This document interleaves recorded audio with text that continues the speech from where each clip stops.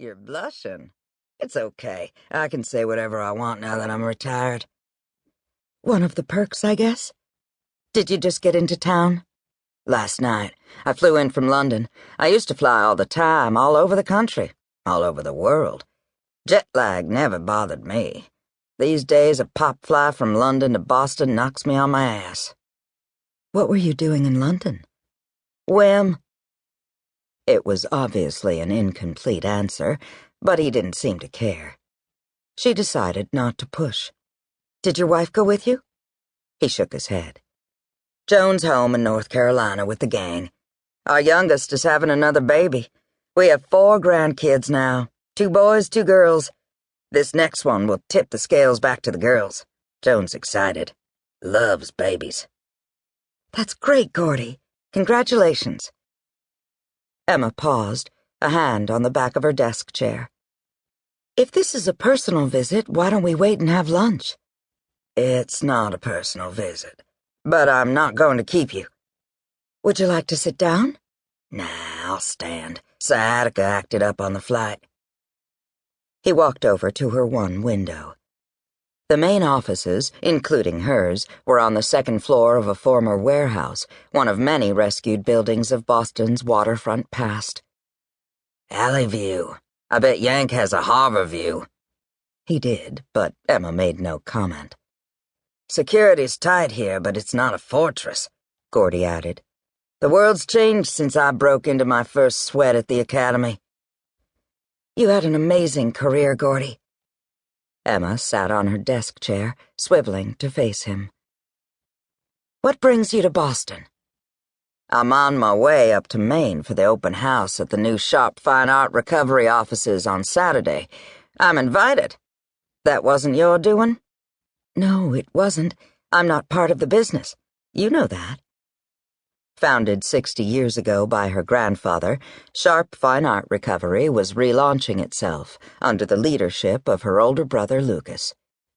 Although still relatively small, the business had grown since Wendell Sharpe had set up his first office in his home in Heron's Cove on the southern Maine coast. He'd been a young museum security guard, following his interests, hoping for the best. Now he was semi-retired, living in Dublin since his wife's untimely death 15 years ago. Emma knew Lucas had never expected to take the helm so young, or on his own, but he'd taken to the work, or at least he was good at it, dedicated, tireless. Gordy glanced back at her, a touch of the no-nonsense Agent Wheelock she'd known in his incisive look. Any regrets about joining the FBI instead of the family business? No. Gordy, a touch of impatience. I like that. I don't intimidate you anymore. She didn't respond. He'd never intimidated her, but she'd always respected him. In his mind, the two often went together, and either or both could be used as leverage to get what he wanted. Answers, cooperation, his way. She tilted back in her chair. Let's do this. You talk, I listen, okay?